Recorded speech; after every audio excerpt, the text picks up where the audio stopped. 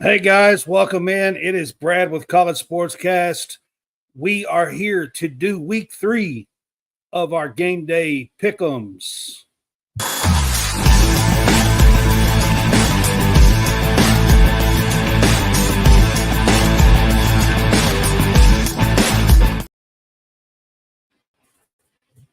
What is up, everybody? We are here to do our game day pick'ems for week 3. This is College SportsCast.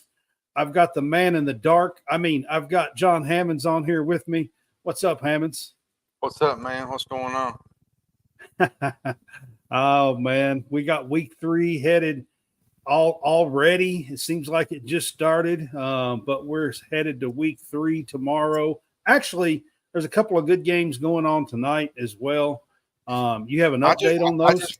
I just want to know real quick if there's people watching to see if they can hear me, because I got a new pair of headphones, and I just want to make sure people can hear me.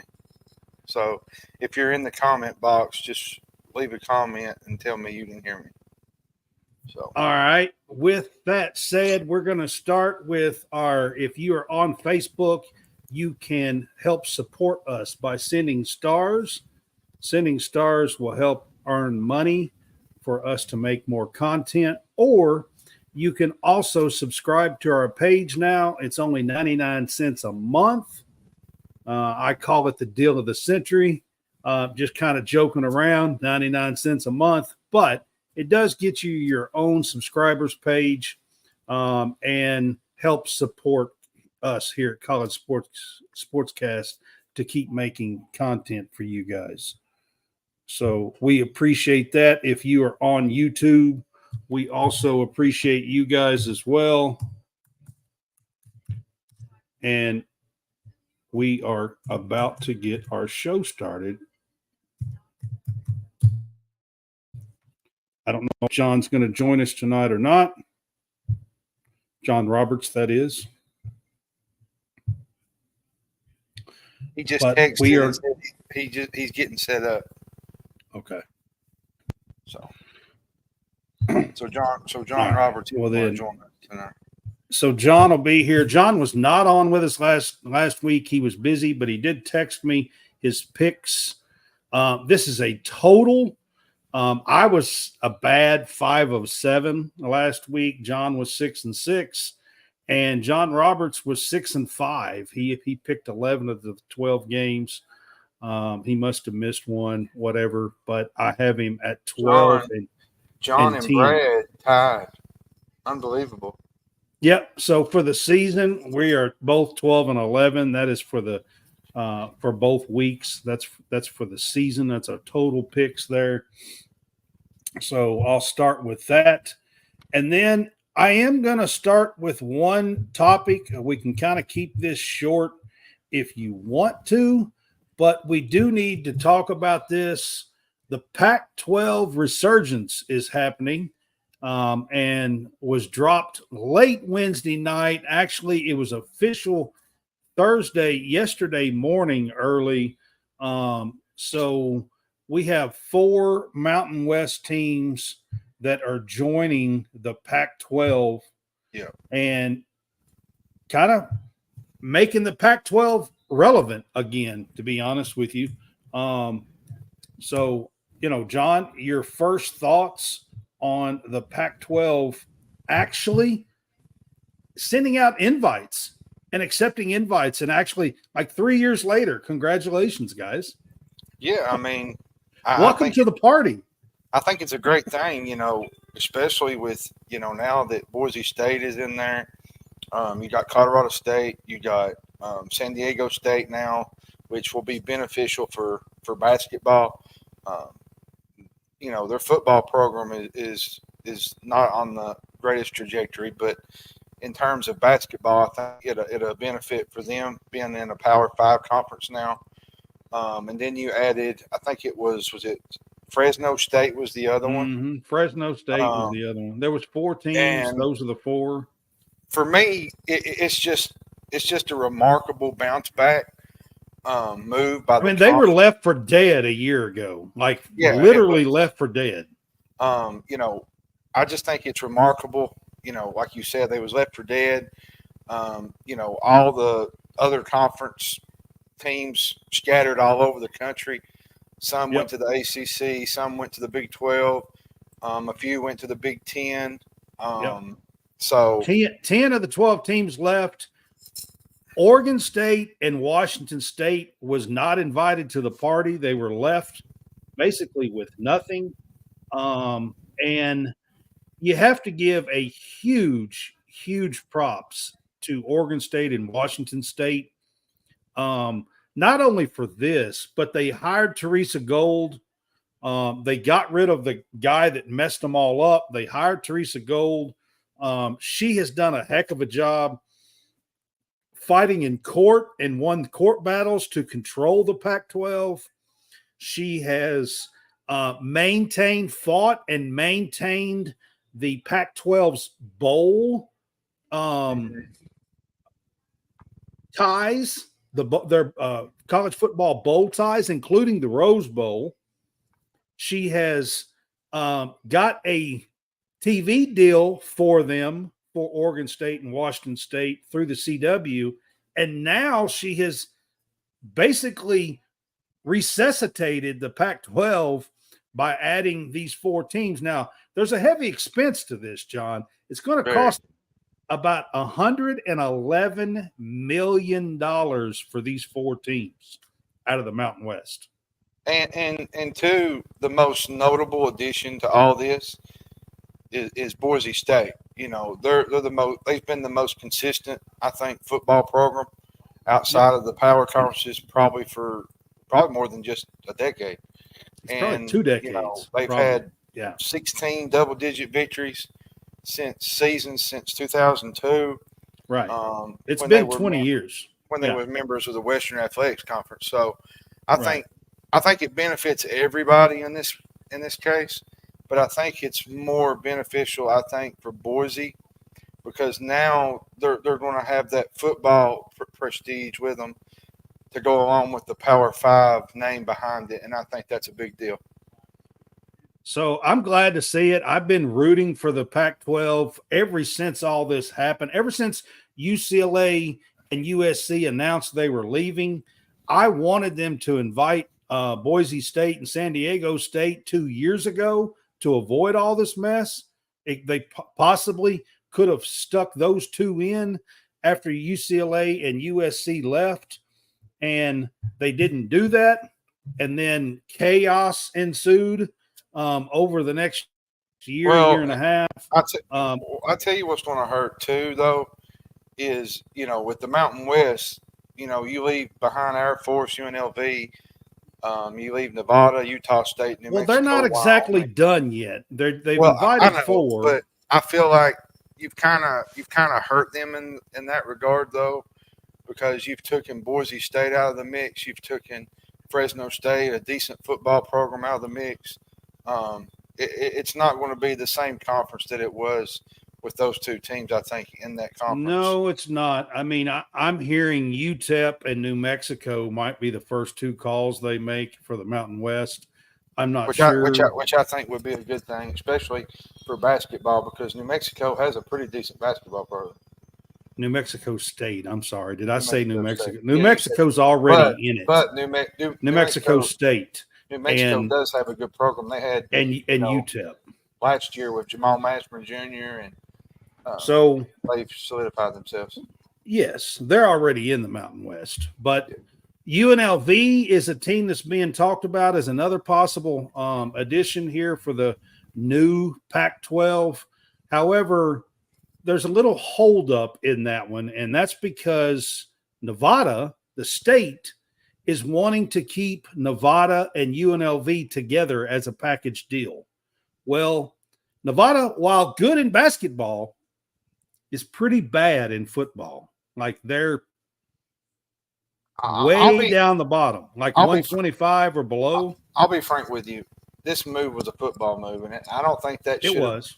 And I don't think that should have been the case. I think this should have been a basketball move as well, because there's some decent teams going from basketball to that Pac-12. Yeah, but John, here's the deal. They're trying to get back into the college football playoff, and they got to have a good conference and I get that to do that. I do. But I'll say this. before we move on, I'll let John talk for a minute, and then we got to move on and do our Well, picks. I just got something come in. Did California beat Auburn last weekend? Yes. Yes.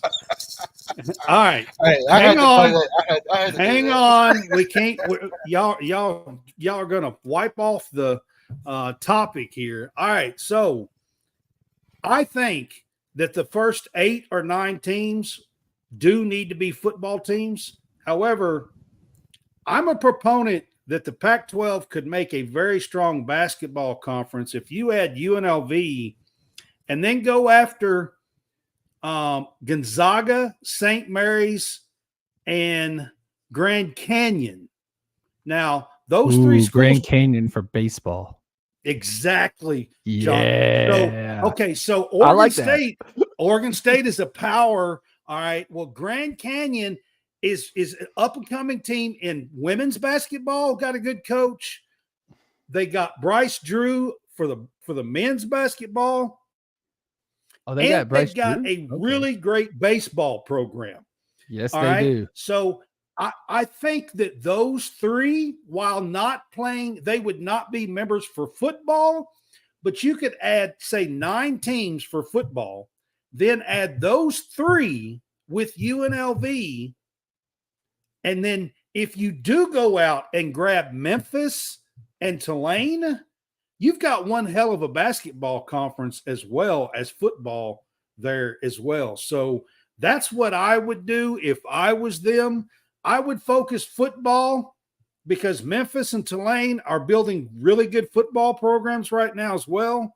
So if you do that and then add UNLV, who's got Barry Odom, who is building a pretty good football program at UNLV, then you've got all of them with Gonzaga, St. Mary's, and Grand Canyon for basketball and baseball, because they also have baseball programs, pretty decent, D1, Gonzaga, and St. Mary's as well. So I think together for the Pac-12, that and then you have 12 for everything else except for football. If you add those, you have 9, and those 3 makes 12. That's what I would do. All right, John, you're the baseball guy. You said you liked the idea. What do you think? I like Grand Canyon because they've had some really good teams over the last couple of years. They've had a few guys that were sons of MLB stars that have come through and played. So they've got some legacy players, not necessarily legacies of Grand Canyon, but legacy of the Major League Baseball. That's which is pretty awesome. You can get somebody like that to play for you. So that is kind of the tipping point, the starting point right there. And but as far as the other schools, obviously Oregon State is really good at baseball. Football, obviously they're okay. They've had some up years, some down years, but I mean, they would at least probably they may be part of your powerhouse as far as the football side until some of the others, get up and going. Fresno every now and then has a good football team. Good football, good baseball, because they won the national championship in 2008. Aaron Judge has actually played for Fresno, so that's you've got guys like that. So not a bad alumni. You do have star power as far as what has come through for baseball. I'm trying to remember all the other schools that were being listed because Colorado State, Boise State. Well, for Colorado State, what this would do is most likely at least elevate the program. They have they've been in the dumps of where they've been at, but this may elevate the program, especially opposite of Dion for the moment. And possibly, you can get kind of they can play off being the anti-Dion and whatnot and still try to see if they can't get some players or whatnot. Boise has a pretty good football program. So, I mean, obviously they can, they too would be one of those teams that could be, in contention for winning the league, year in and year out. As far as football, baseball, I mean, I hadn't really seen a whole lot from Boise, Right. but Yeah. but I mean, overall, I just think it would especially be a just good putting it combination. If you together. put those teams together I was talking about, you'd have a good combination of some football, some basketball, some baseball. I think it would be a You'd good have some combination. contenders, Yeah. every so on, every few Yep. years. So that would at least help it, and then it would hopefully get you some more.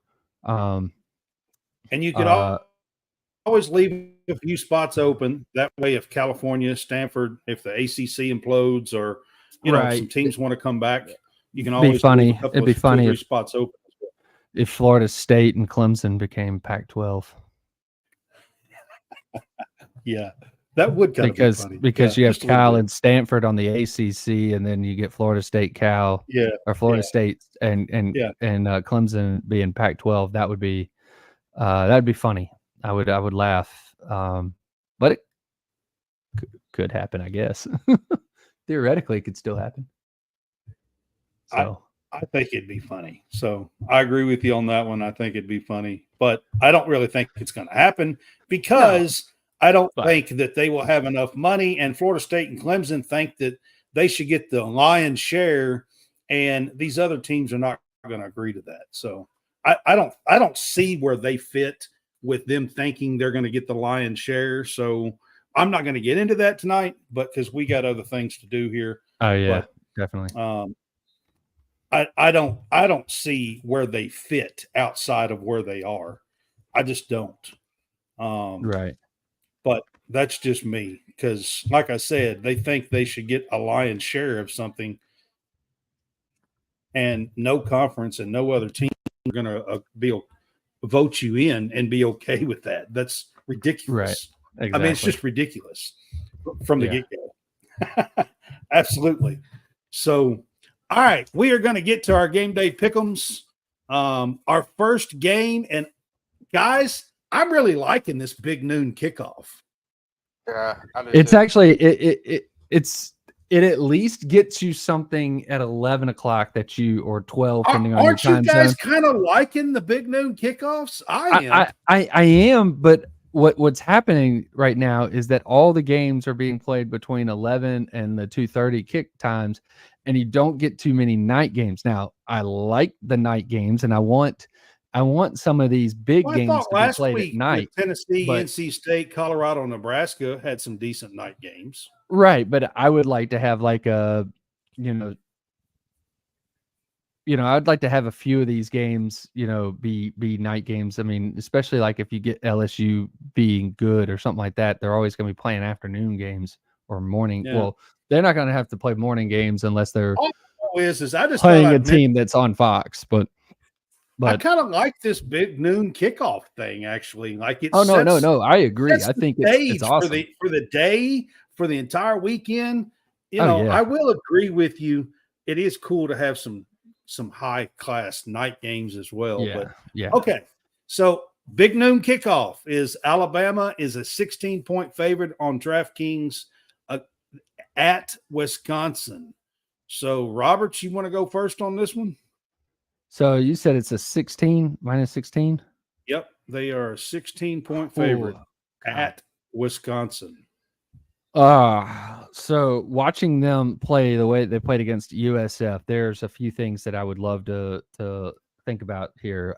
One is if they can get their offense going, then they definitely can cover this. What's up, guys? Okay, but it's all more like, especially with the USF, it was so late. It was within the last 5 minutes that they scored. Yeah. Just had a barrage of scoring, and then when you look at it and you're like, oh, look, Alabama did, what they were supposed to do. But when you watch the game, it's like, no, for 3 quarters and about 10 minutes, it was a 1-score game. Yeah, it was. So, I told John, this week they were playing, they had a lot of penalties. They were playing behind the sticks most of the night. And I think that caused their offense to stall. And then they clicked right at the end. and didn't play behind the sticks, and then they scored quick. So that's if kinda they what can get the running game, going, whether they mix in Monroe with the running backs, then I think that'll open up the passing game. And doing that, I think that Monroe is, or Milroe, sorry, Milroe is a more accurate passer than sometimes he leads on or whatever. But I think he can hit those Matchup. mid-range. He definitely can hit the deep ball. But I like it as long as they can get Josh says where they Bama are by playing, 21. and that's probably true. And I mean, I'm leaning that they cover, but I'm less excited about it, or as not as confident as I would have been going into say last week. And last week, I mean, honestly, heck, if the USF quarterback hits a few shots, or hits a few passes, and actually is a somewhat competent passer, that game could have gotten away the other direction real fast. But Yeah. not as good of a quarterback, and Bama was able to kind of hang around, and then the defense kind of exploded and led to offense right there at the end. And I think ultimately, that's what's going to end up happening here. Is I think you're going to get a lot of defensive stuff that happens, and maybe even special teams that really ignites what the offense does. I think the offense will eventually work, but I think the defense and the special teams actually starts it for Bama. All right, Hammonds, what do you think on this game? I got Alabama to cover. I've just not been impressed with the Luke Fickell era thus far with the Badgers. That's where I was going to go with this as well. But here's a major opportunity, I think, for Wisconsin to get back on the map in a big noon kickoff with Alabama coming to town. It's going to be electric. The fans are going to be crazy. Alabama has the talent at pretty much every single position. If they can find some sort of consistency, offensively at the offensive line, I think, which was a big issue for me last week in USF. They struggled at times. They had quite a few penalties. I just don't think Wisconsin has the speed in the matchups to match Alabama for 4 quarters. And that's why I think, and he was talking about Jalen Milroe, he's the better quarterback in this, which Tyler Van Dyke, he's not impressed me much this year. He really didn't impress me much at Miami when he was there. So I love the cover here. I'm going to go Alabama the 16.5. I just think that Alabama has too much, and I don't think they're going to have the kind of outcome that they had last week at USF. I think they're going to come out ready, prepared to play. Well, so that's where I was going to start with this one. Is I really have not been that impressed with Luke Fickell at Wisconsin so far. He's in his second year there. They haven't blown me away. He had such a good offense at Cincinnati and had them rolling. And, he's on a second quarterback now with Van Dyke in his second year. Like you said, I wasn't impressed with him last year at Miami, and they haven't started all that well this year either, I don't think. And I really like DeBoer and the job he's doing, and they've still got all kinds of talent. Give me Alabama and the 16. And if Wisconsin surprises me, I will give them more credit next time, is all I can tell you. But so far, I've not been super impressed with the job that Fickell is doing at Wisconsin. Another noon kickoff game that is a big game tomorrow is LSU as a 6-point favorite at South Carolina. Hammonds, I'll give you the floor on this one first. South Carolina's coming off the big win. LSU, they gave up like 20 or 21 points or something last week to like Nicholls State or somebody. So this is going to come down to South Carolina's elite pass rush against LSU's pretty decent pass offense. South Carolina's got a really good edge rusher in Dylan Stewart, He had a field day last week against Kentucky. I think he was in the backfield pretty much all night long. And LSU's going to have some issues up front, I think, with this guy. He's going to create a lot of problems for a lot of teams, not just LSU. LSU, to me, they've struggled in stretches through these first two games. You know, they struggled in the first game against USC. Then they didn't really play that well against Nicholls State. But I'm bullish a little bit on LSU. And then I kind of want to pick South Carolina. Yeah, this one's a kind of a toss-up to me as well. You know, So and I know LSU's quarterback is probably better than Lenore Sellers, Gutschmeyer. But at the same time, I just like the South Carolina team right now. I think, you know, William Bryce Stadium's going to be rocking. This place has college game day there. It's going to be an electric factor in this game. And I think South Carolina wins this game. So give me the Gamecocks. okay. I think the Gamecocks. I think they get it done. I think they do. Okay. All right. What about you, John Roberts? What'd you say the line was? Sorry. It's It's 6 on DraftKings tonight. It was 6. For LSU? Yep. LSU is favored by 6 at South Carolina, which That's weird. And I'll add this too, John. it is. I'll add this too to go along with what I was saying. I know Lenore Sellers has not played good, but at the same time, LSU's pass defense is really, really bad. Yes. So could this be a get-right game for this guy? Are they ever going to put Harold Perkins back and play him in the right position? That's what I want to know. No, they're moving him around so that they can have as many of their best players on the field at the same time.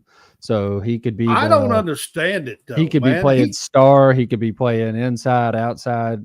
He could be an All-American, but they running him around everywhere. They refuse to play him where It's he's ridiculous. supposed to be. For me, I think, you know, with Harold Perkins, you know, last year he was playing a lot of games out of position. And you know, I don't think he's a linebacker. I think he's an edge rusher. Yep. Yes. And I think you put him on the edge and you just let him go to work.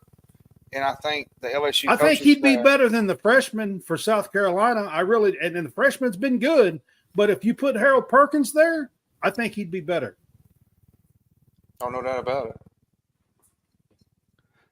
I mean, I'm just saying. Is Xavier Thomas playing in this game? That I don't know. I have not seen the I availability reports for this. No. It's called availability. Availability, yeah. Yes. Is he available to play? Yes. It's not the NFL, John. That's the injury reports. Yeah. They had to be different. But he's one of their better. He's one of their warning. frontline receivers, and if he's not available, It's not the 2-minute warning. It's a 2-minute timeout. It's a 2-minute timeout, yeah. So who cares? Yeah. Exactly. But anyway, so one, is he available? Two, are they going to run the ball with John Emery? John Emery's out for the year. John Emery's out for the year. Then never mind. Then that answers that question. So, yeah, I mean, Xavier Thomas is somebody that they would need to have to be able to really help with, as far as their offense and their offensive output and having explosive plays and whatnot, which is what they're going to need to have against South Carolina, and especially with the pass rush that South Carolina is going to pose, or the threat that they're going to have there. So I'm leaning South Carolina on this one until LSU can, I don't know, show that they can stop them. after last week, and maybe I'm just doing fool's gold because Kentucky laid an absolute egg, and maybe they're not as good as what I thought I saw. And I know Kentucky did lay an absolute egg, but I haven't been impressed with LSU so far. You were calling for And that I think Kentucky this edge line, in week 1, and then it came in week 2. yeah. I mean, I want to take LSU in this game, and since y'all are taking South Carolina, Yeah, I want to as well, but I think I'm going to do it. Carolina. Since y'all both are taking South Carolina, I'm going to take LSU, and I'll probably win. You have to eat I'll probably regret that. All right, Memphis at FSU, and FSU is a 6.5-point favorite at home. I mean, guys, FSU, if they lose this game, they're in trouble. I mean, big trouble. Memphis is good, y'all. Like, they have a really good team. They smoked Troy last week. Troy hadn't lost too many games over the last 2.5 years. And they won like 38-17. John, who are you taking? The Tigers? Or are you taking the Seminoles here? I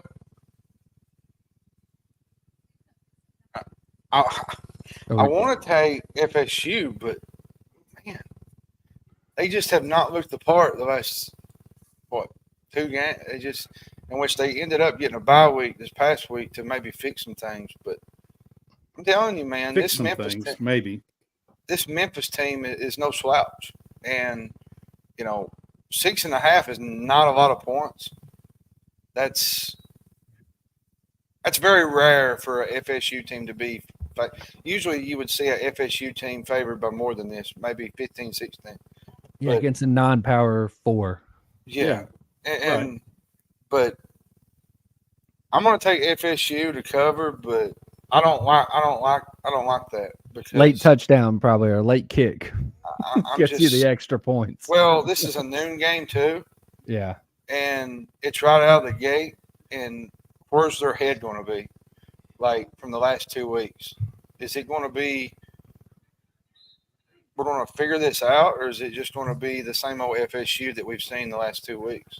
Yeah. Just so you guys know, Our Lady Luck girl on Wednesday, Mindy, she actually picked FSU as the point spread upset here, that they would cover the point spread. But they actually cover it. Give me, yeah. Like I said, give me FSU, but I don't. I'm probably going to regret it Sunday, but this is a really good Memphis team, by the way, too. They are. Mm-hmm. And all some right, of them have, Memphis as possibly being the college football playoff. But, yep.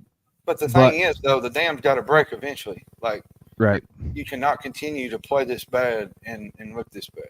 Well, I mean, look, DJ has been DJ for what, 3 years, 2 years, and I think he had a okay success at Oregon State, but the other ones not so much. I mean, I don't believe in DJ Uiagalelei.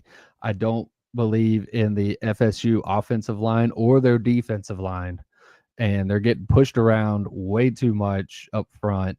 Their transfers that they've brought in have just not panned out this year. Last year they did. Last year, your guys like Verse and some of the other ones panned out.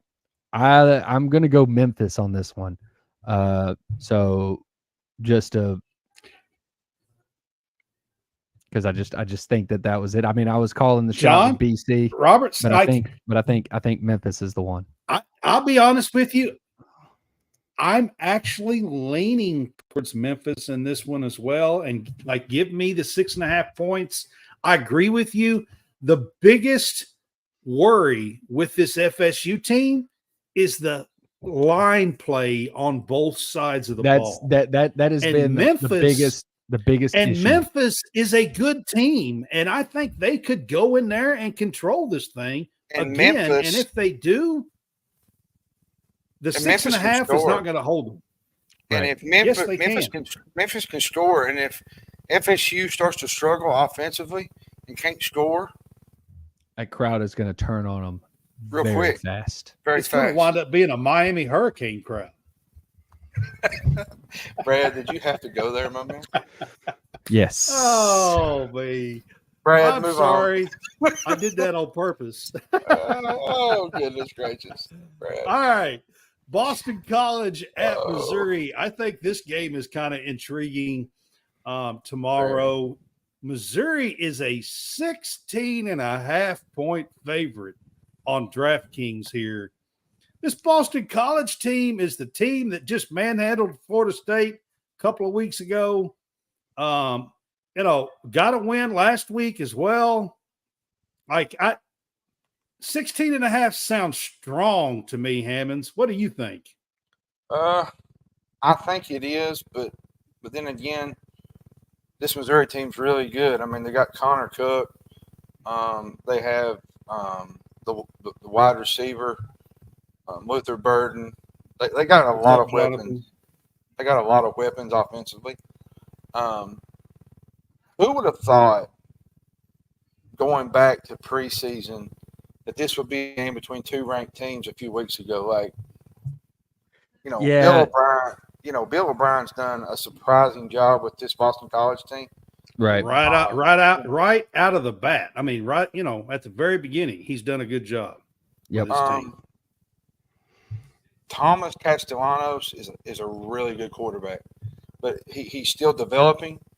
And I just don't think he'll be able to do as much against this defense that he did against FSU.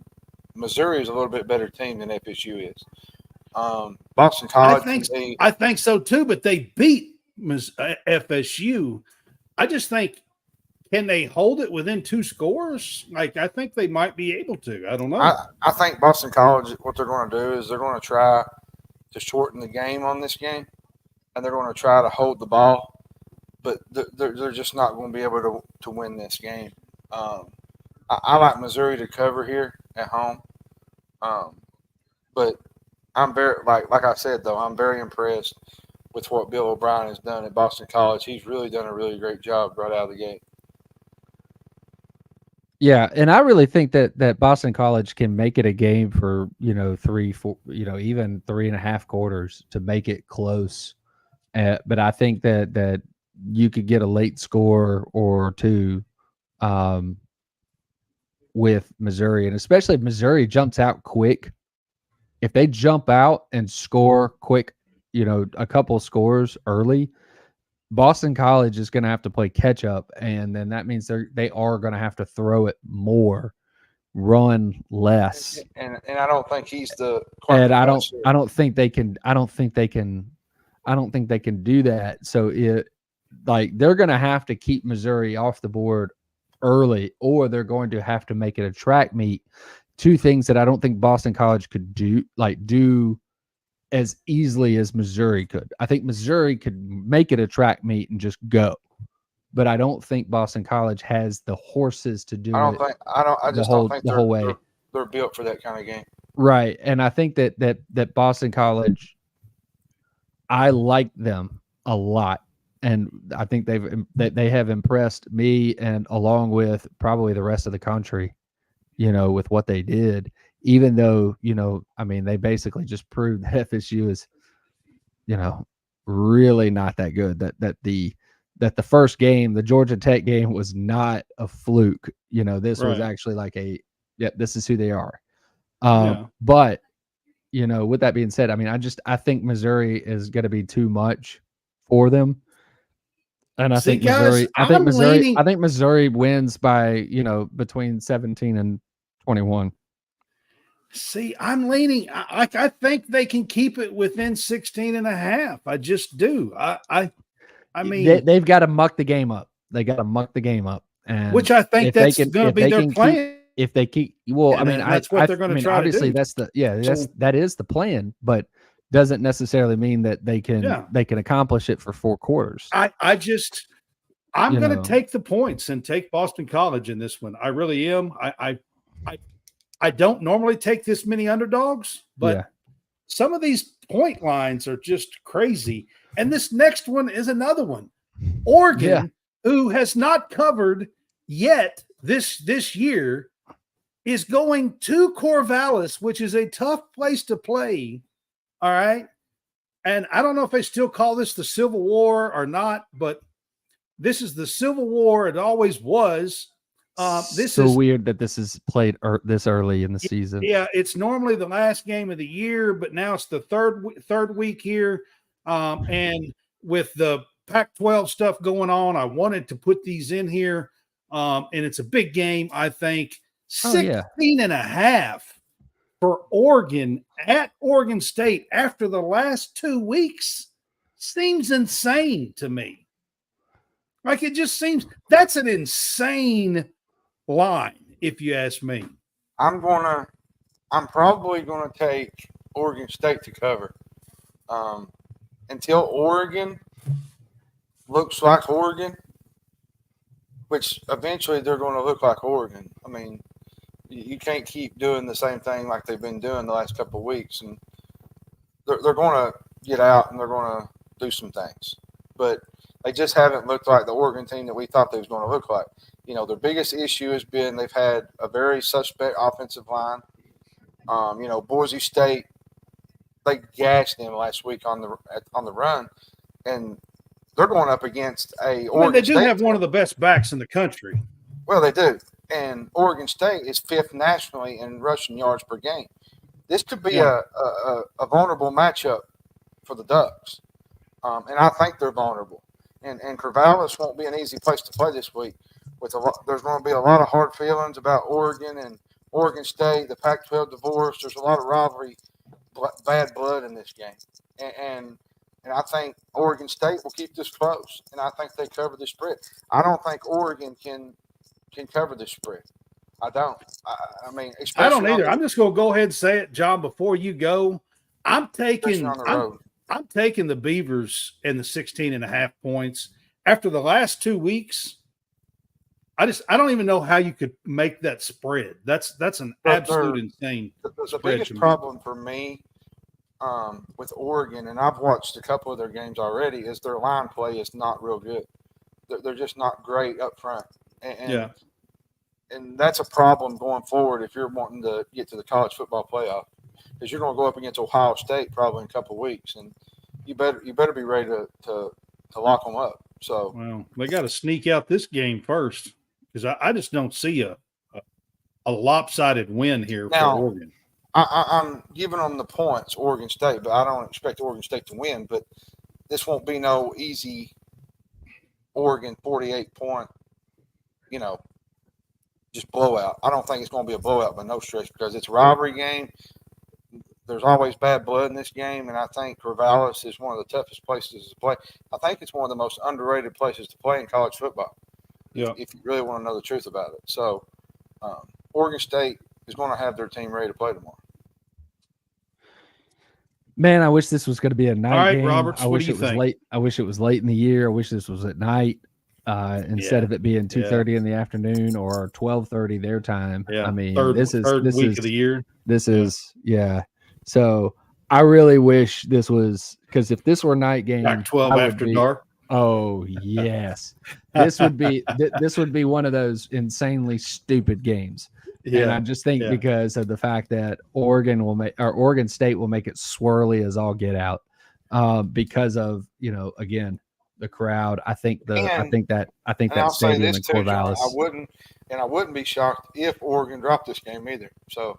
Yeah, I mean, I'm not going to be shocked if Oregon drops it. I am going Oregon State as well with the points. Spread. Spread. I just when you look at that, it just looks insane to me. So yeah, I thought that was. I looked at that and went, oh yeah, definitely Oregon State. I'm going in. Yeah. Okay, the next game, Tulane took Kansas State at home last week. To the very end, I think they got screwed over by the referees at the end of the game last week. I've said it on here this week. Oklahoma didn't look great against Houston. an inferior opponent, if you ask me. Houston is near the bottom or at the bottom of the Big 12 this year, and they didn't look great at home. Now Tulane is going to Oklahoma, and they have Oklahoma as a 13-point favorite here over Tulane. I think. Hammonds, help me make sense of this. Well, look at last week. You had Tulane and Kansas State with a really good Kansas State offense, defense. They almost pulled it out. And this week they're going up against the offense that hasn't really looked that great. They haven't looked great against Houston. What was the other team they played right out of the gate? Was it Temple? They beat Temple, but I felt like they didn't really play that great against Temple. Is this a look-ahead game? Is what I want to know, because you got Tennessee coming in to Memorial next week. And do they look ahead to this game and say, which I doubt they will, because John Summerall's going to be fired up after last week. The coach is going to have them ready to play. But the biggest issue on this is Tulane's defense. And I think that's where Oklahoma will win this game. And I think I'm going to take Tulane in the points. But I'm not a big fan of this Oklahoma team just yet. I haven't seen enough to really consider them a threat for the SEC, because, they haven't looked that great. Now, their defense, they swarm. Their defense is really, really good. Their defense is a lot better than it was a year ago. Well, Brent, I think Brent's helping out on that too. I think that's what wins them this game, and I think they get this win and they get ready for a big matchup with Tennessee next week under the lights.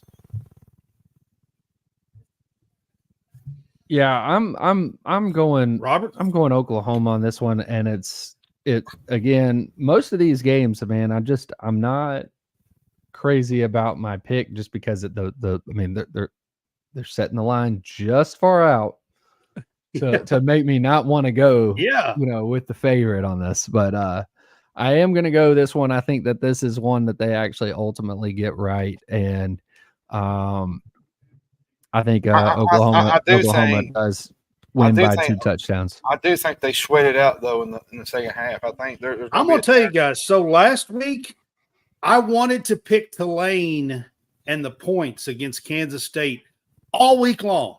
All week. I seen it on Monday, Sunday, and I wanted to do it all week long.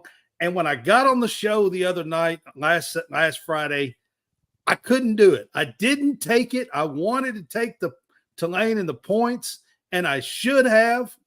And I'm not doing that this week. This week, I'm taking Tulane and the points, and I don't care if it is at Oklahoma. Oklahoma looked terrible last week against Houston. Houston is a bad team. I'll say this about Oklahoma.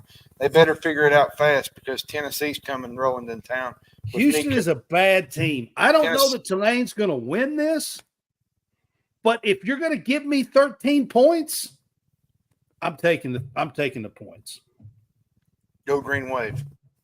Yeah, absolutely. All right. Texas A&M goes to the Swamp and is a 4-point favorite in the Swamp.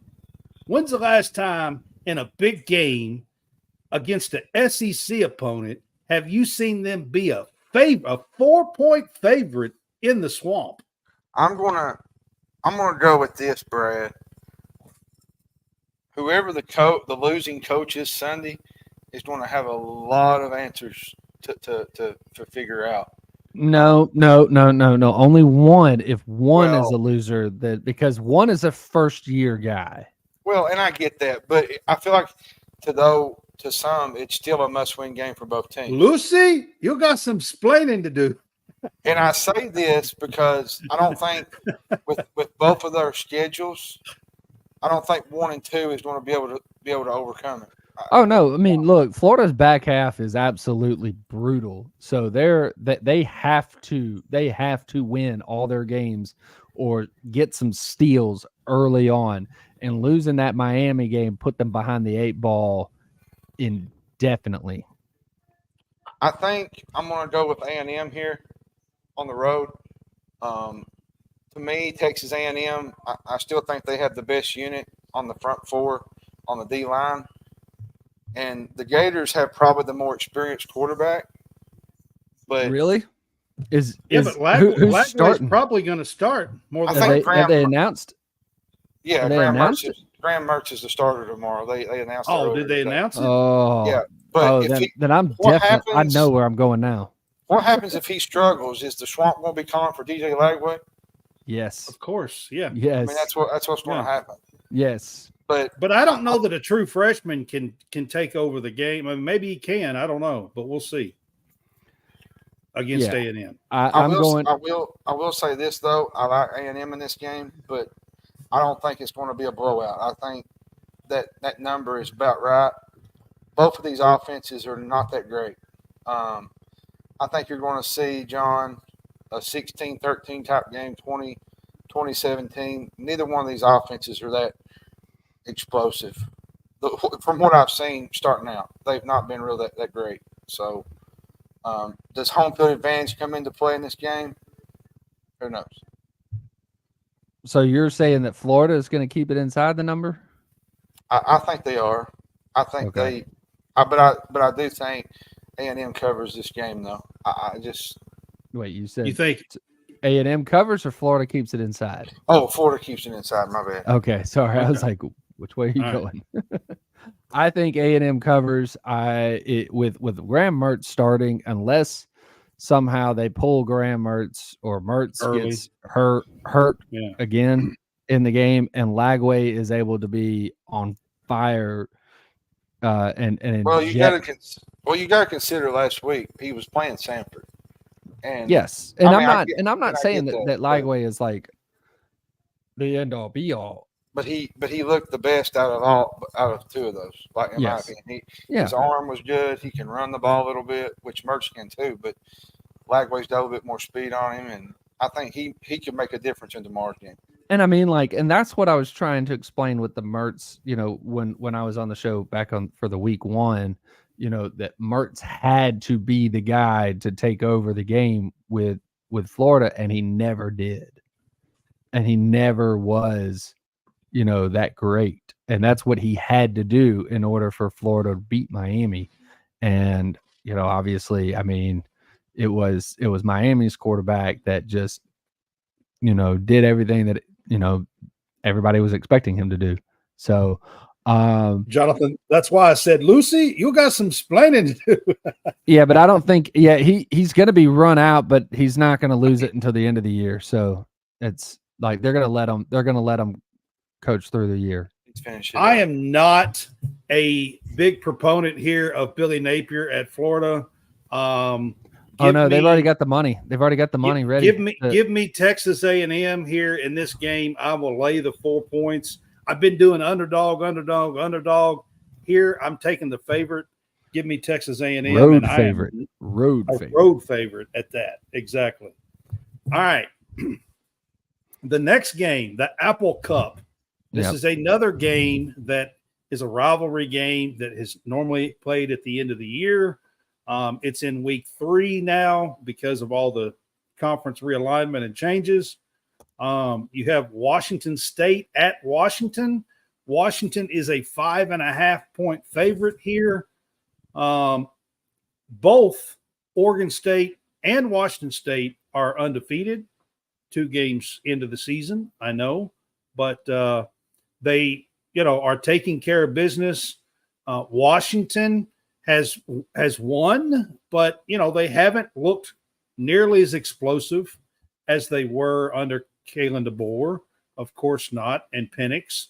But Penix had a lot to do with that. Yeah, and Penix as well. So, what do you guys think here on the Apple Cup? All right. I think I'm going to take Washington the 5.5. Playing at Husky Stadium is a tough environment.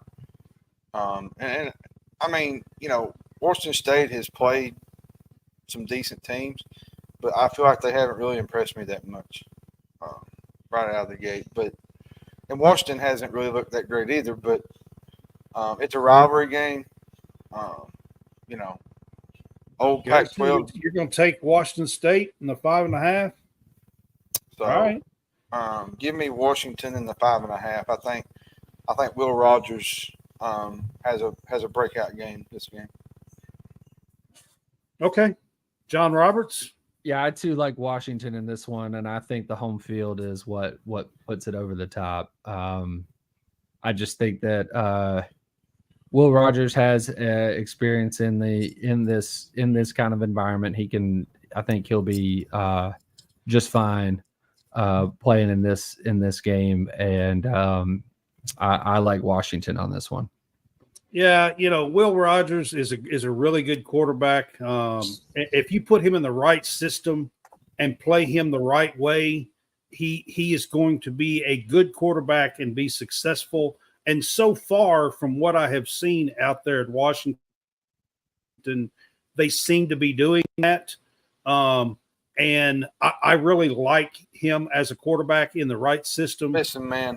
And this being at home, I got to take the Huskies. Yeah, I think the home field advantage is what actually puts it over the top. Jed Frisch is a really good coach. Yeah. And he's doing a good job here with Will Rogers, because Arnett last year put him in a terrible system, and it was bad. Yeah, and you know what I mean. So it's good to see that he's out and in a good system and doing well. So I will say that. All right, the next game we are going to go with, guys, is an SEC ACC matchup. We got Ole Miss going to Wake Forest here in Wake 3, away game. And did you say Wake 3? Wake 3? Yeah, that's what I said. Wake Forest is a 21-point favorite, man. Wait, what? Wake Forest. No. Holy smokes. Ole Miss is a 21. See, you got me all. You interrupt me, got me all messed up. The Rebels are a 21-point favorite on the road. That's a big number on the road. I think this is the right number, and I say that because Wake lost to Virginia last week, and Virginia to me is not that great of a team. Yeah. And I agree with you. You look at the number on the road, and you're like, much wow. improved. Virginia's much improved, but you don't lose at home to Wake or to Virginia. And I think Ole Miss has just got so many playmakers at the receiver position. Jackson Dart is just absolutely having himself a early season campaign for the Heisman. You got to have a system around a quarterback, and you got protect him. And he's got a great system around him to add to it. Give me the 21 points and Ole Miss. I just think that I don't even think this will be even a tight game. I think Ole Miss takes care of business at home. Which quarterback is Wake going to throw out there? Are they throwing out Brockermeyer, or are they throwing the other one out? Are they playing both? Does it matter? No, it doesn't. It really doesn't. But I just wanted to know. Oh, me. I'm sorry. No, it really doesn't matter. I really do think that Ole Miss can go in there and kind of pretty much, call their shot and what they want. I think this is a game where Ole Miss could probably score every time they touch the ball. And that's not an exaggeration. Like, these are correct. Trey Hart, they got I agree with both of you, man. So I'll lay the 21 points here. I know this is on the road, but I just don't see it. I think it is a Rebels victory by a lot. Throw the clipboard. by a lot. I really do. Yep. All right. We are going to take this to a Colorado rivalry here at College Game Day. We're going to go the Buffs versus the Rams at Colorado State. And Colorado here is a 7.5-point favorite. I'm very surprised by that, to be on honest. The road. I think that's a little surprising here as well, especially 7.5. If you wanted to say 3.5 or something and then be a favorite, but 7.5 seems awfully high to me. I'm going to take Colorado State to cover. This is just not a great Colorado team. we look at last year, their defensive line, their secondary was not real great. Wasn't this game like really close and they pulled it out at the end Yeah, at the last end, year? yeah. This was And in then they Colorado? oh my God, it was gonna. This was about to be the funniest thing ever. You Yeah. know, but Well, and then they had the little pregame scuffle at midfield. It was, and then they had earlier in the week this week, Colorado And then State Colorado players. State damn near beat them at home. Well, and now you got Colorado State players running their mouth at Colorado players early in the week in a video. they need to be quiet. And I mean, this is just at a point where I expect some bad blood between these two teams Saturday. Like I really hope Colorado State's home, like they're the guys that are running the media board and all that stuff. They are Play trolling all those the hell sound bites out of Colorado. I want them to play. You know, it'd be funny. What if they played Shadur Sanders' song when they scored a touchdown? You know, and just did that, just like, right? Or somebody else just was like, "This is Shadur's." No, never mind. But I'll say this, Brad, with Colorado, I just don't think this is a great Colorado team. You know, from a year ago, their best two players are Shadur Sanders and Travis Hunter, and the rest of them are just a bunch of transfers, basically. And Shiloh's was in the hospital with a broken arm. I mean, I'm sure he's out now, but he's not playing. Yeah, he's not playing. So, and Nebraska pretty much opened a can on him last week. So, Shiloh says we're gonna beat your ass. Yeah. Last week. Yes. In the coin toss. Yeah. And they proceeded to lose. Bad. They were down 28-0 at halftime. I mean, come on. You know. I mean, listen, guys. I think this is going to be a close game. I think you could put this spread at 2 for either team, and I think this is going to be a close game. I really do. What if Colorado State just wins it outright? I mean, Colorado does have 2 exceptionally talented players. Okay. Now, you know, that works out. That's not enough. I said it last week. I said that's not enough. I said it last week. You know, I've been saying it's not enough, but sometimes it can carry you so far. So I do believe that this is going to be a battle and a very close game, just like it was last year. And for that reason alone, I'm going to take Colorado State in 7.5 points. I think it's within the points, and I'm not sure who's going to win, to be honest. I think either team could win, but I am going to take the 7.5 points in the Rams. Do you predict a fight to break out right before the opening kick? There's probably going to be 5 or 6 fights in this game. Yes, I do. Absolutely. They're going to be fighting. And that's a 6:30 kick, too. All right, we can run through this one real quick as far as I'm concerned. Yes. So, Georgia, 22 points at Kentucky. I'm just going to tell y'all, for me, you can lock in Georgia on the road, 22 points. I'm just telling you, you can lock it in. It's going to win you. It's going to win you some money. I'm just telling you. Oh my God! I'm going to say this real quick. You know, do we have an offensive line? Like, will the real offensive line please stand up? Is what, you know, like the Eminem song. Like and they got Jagger Burton's out this week. They got quite a bit of guys out this week at the offensive line. Give me Georgia in the 22 points? 22, yeah. Yeah, I mean, if Josh says Georgia's 77-0. I hope it's not that bad. I hope it's not that bad, but you had 44 total yards passing last week.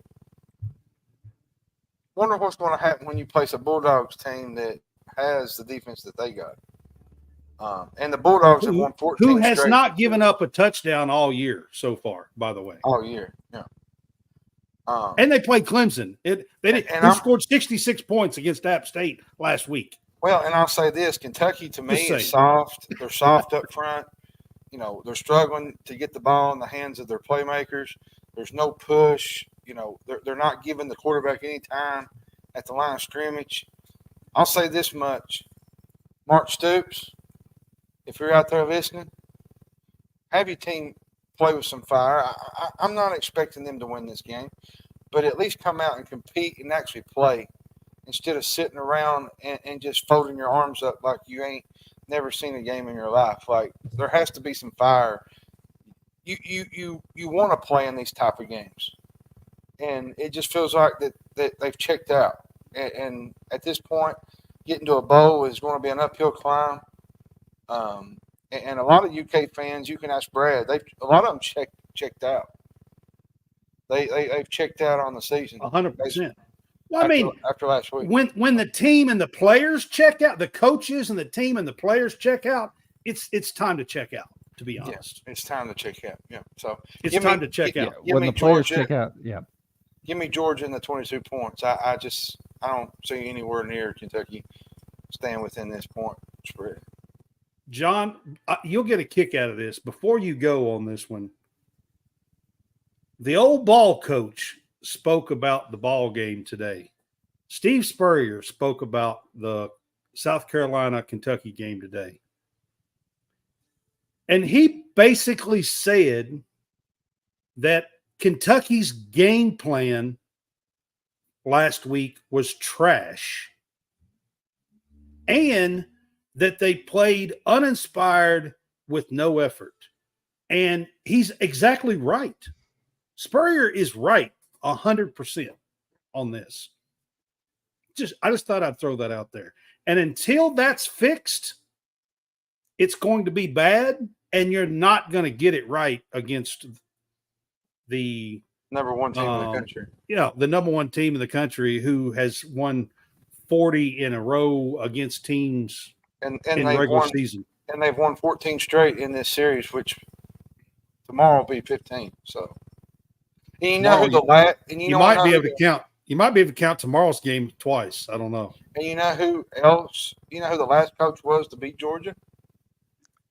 Regular season or no, just regular Kentucky. season. It was you Rich talking Brooks. about Kentucky coach Rich Brooks. And while we're on this topic, I just want to say something real quick.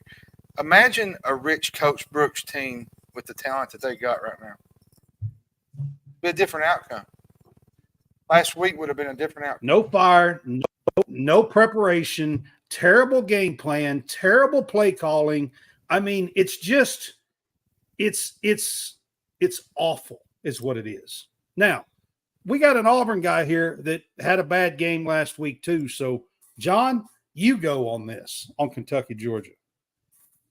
Georgia. You don't even have to say that. It's a lock, right? Put it in there. Put the money in the bank. Ball game. Yeah. I mean, it's a lock. Yeah. I mean, yeah, absolutely. All right. So this is the last game we are going to pick. This is number 12. I try to do 12 each week unless there's just not a good enough game, and I'll do 10 or 11 if I have to. But I try to do 12, and this is a late night game here. And I thought, out of the Big 12, I think these two teams, they're both 2-0.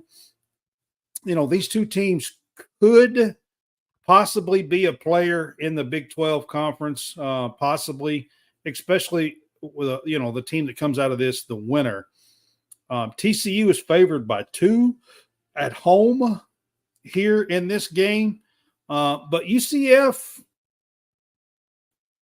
has the quarterback, has a good team. They some people were picking them as sleepers in the Big 12 here. Hammonds, who do you like in this game? I think I'm going to take UCF. I like what KJ Jefferson's doing down there. I think they got a really fun offense to watch. I haven't really been able to really kind of zero in on what TCU really brings. We only seen them really play that game against Stanford, and they ended up winning that one. But we really don't know what this TCU team is really about, and we'll probably know more here in a couple of weeks what they're about. But TCU in Fort Worth, it's always a tough environment to play in. Fort Worth is a hard place to play, but I think UCF gets it done, and give me UCF in the points. So you're not a believer in Dykes, huh? Sonny Dykes here in this one. Ever since the national championship run, it seems like they kind of went down a peg a little bit. Yeah, I mean, I agree with you. They're at home. So, John Roberts, what do you think in this game?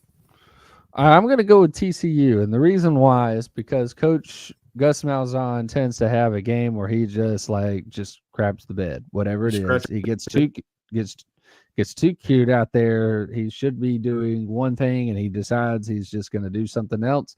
He'll do something dumb, and TCU will capitalize on it. So TCU wins the game. Not only do they win it, but they win it by more than the 2 points, the spread that they've got there. So, Gus is going to do something dumb in this game, and so you're not on the Gus bus. No, Gus is he's a fine coach. I like the guy. He's just he always sorry. I had to throw in the Gus bus. What you like to talk about with Mark Stoops and having a game that you just go like, what in the world did you just do? God. Well, Gus does this. Gus does the same thing. No, I don't want to talk about it. Gus does the same thing. So beats teams that sometimes he beats teams that he should beat, and then sometimes he lays an egg against teams that I mean, look, I got you. Mm-hmm. So I got you. Trust me, I'm a Kentucky fan. We've been living it for the last several years, so I get it 100%.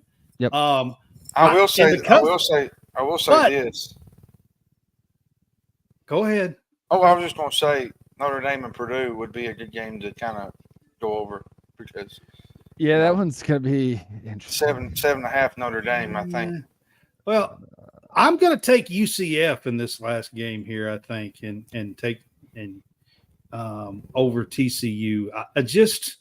I feel like Gus went out and got more talent, but like you said, John, I mean, heck, they don't always win you games, so we'll have to see. He's had some real head scratchers in the last couple of years too, and you're just like, that's just all right. Josh is wanting to know about Notre Dame and Purdue at 7.5. I'm gonna be honest with you guys.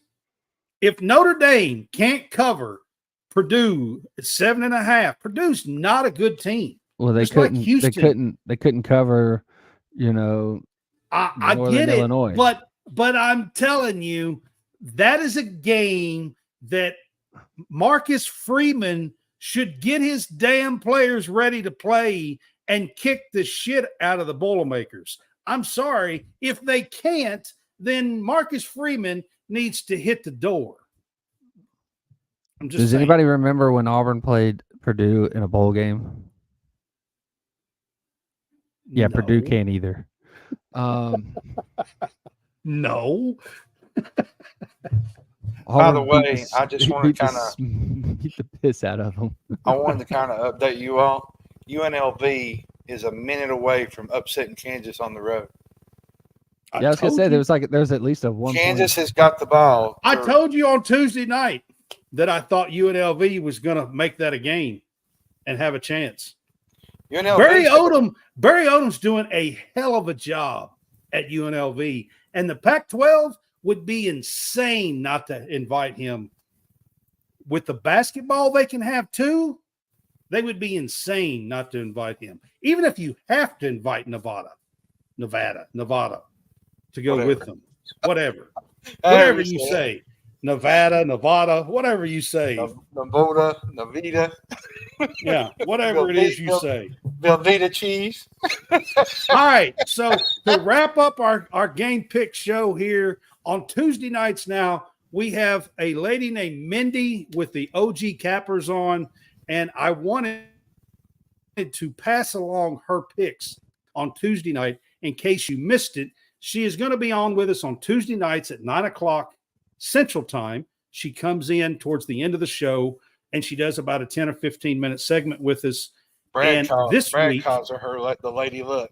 she is our Lady Luck. That's what I'm going to call her. All right.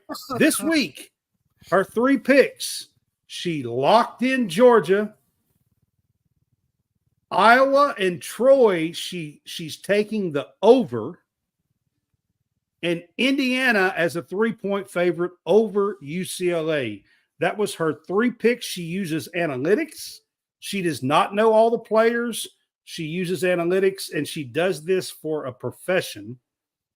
And she, with OG Cappers, those are her 3 picks. I do want to relay that. And then at the end of her segment, for me, she picked a couple of possible upsets. One was she took Memphis and the 6.5 points. And the other one, John, wasn't it UNLV or? It was one of those. I can't remember. I can't remember. I've slept since Tuesday. Yeah, that was Tuesday night. Anyway, those three were her picks, and she's going to do picks for us each week on Tuesday nights at 9:00 Central, 10:00 Eastern. It's a short segment here at College Sportscast. I will say this real quick about Notre Dame and the Purdue situation. You know, they lost to Northern Illinois last week. And they better have a get right game is what they better have. And you're going into Ross-Ade Stadium, which historically has been a tough environment to play in. Did you say Prostate Stadium? No, Ross-Ade. Ross-Ade. I think that's what it is. I think it's Ross-Ade Stadium, I think. It's one of the toughest places. It's one of the toughest places to play. And, you know, historically, you know, Ohio State got whipped there. They had some teams with Drew Brees. It's a tough environment. And 7.5 points is, I think it's still a little high. I'm telling you, John, this better be a get-right game if you're an Irish team and fan. Because if you lose this game, Marcus Freeman's job might be on the line. I have a fun fact about this game. About the 2 teams that are playing in this game. Okay. They're both in Indiana. You are kidding me. John's drinking, so don't mind him. No, I was just Oh, goodness gracious. You're kidding me. So nobody cares. I never knew that. Yeah. All right. Follow College Sportscast on Facebook, YouTube, TikTok. I got a quick question for you. Hang on. TikTok, Instagram, our X accounts are on the screen. Drink Local Beham down there at the bottom.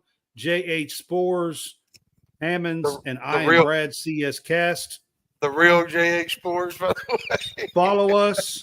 Check us out. I wrote an article today on Kentucky women's volleyball, and they are playing tonight. I don't know how the game ended up because I've been on here, but I was watching it. They were up in the second set and won the first set. I'm not sure how the game ended up, but go check out all the articles and stuff on greenvillesportsmedia.com as well. I will ask though, real quick, Brad. And then lastly, I'm going to put up on the screen that we are now on the Real Fresh channel and on WSBN TV channel 30. You can find us on your Roku, Apple TV, Fire TV, through the BoxCast app.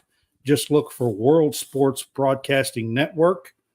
Once you find them, then you can find College Sportscast on channel 30. I got a quick question for you, Brad. Every time I'm trying to read through stuff, you're trying to interrupt me. What?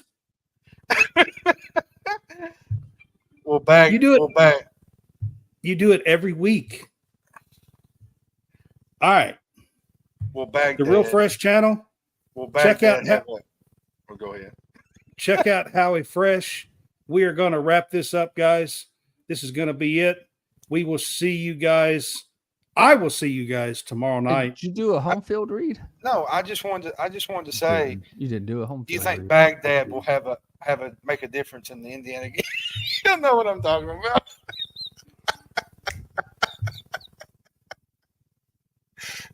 Let it die, man. Let it die. Let it Sometimes you die, got to let it die. let There's it a die. home field. There you go. You do. Sometimes you got to let it die. That's right. There's a home field apparel. Check Oh, them out. goodness. Premium licensed collegiate vintage apparel. Over 180 teams to choose from. Check them out on greenvillesportsmedia.com. At the bottom, scroll to the bottom. There is a link there. You can use that link. Will help us. Or you can use our code CSCast for a 15% discount if you are a first-time buyer. They have really cool gear, team gear, retro stuff. You can find all kinds of stuff to check out there at Home Field Apparel, and we appreciate them as well. It was good seeing you tonight, John. Hey, UNLV is just 2 knees away. Are you serious? Yeah. Are you serious, Clark? Well, the reason I I'm said, dead oh, did they serious. win? Did they? It was 4th and 15. So, It was well, I guess 4th they and did. 16, and it was a sack. Okay. All right, guys. So Check out the Real Fresh Mariota. channel. Go Mariota. yeah. So right Check now, out the Real Fresh they just- channel. This is Howie Fresh. You need new entertainment. You need full-length content. You need the Real Fresh channel. Hey, I'm Howie Fresh from the Real Fresh channel. Subscribe today on YouTube. We have new content. We are a network of podcasters putting out new stuff every single day. Whether you need sports, pro or college, whether you need comedies, whether you need pop culture, whether you need wrestling, we've got so much content on there. Gaming, check it out. Live, not live, we've got it all. The Real Fresh channel. Subscribe today. All right, guys. Check out Howie Fresh at the YouTube channel, the Real Fresh channel. He is also on College SportsCast Facebook page now, so you can check him out there as well. And we appreciate you being with us for College SportsCast Game Day Week 3, Season 3 for John and Brad. Y'all have a good night.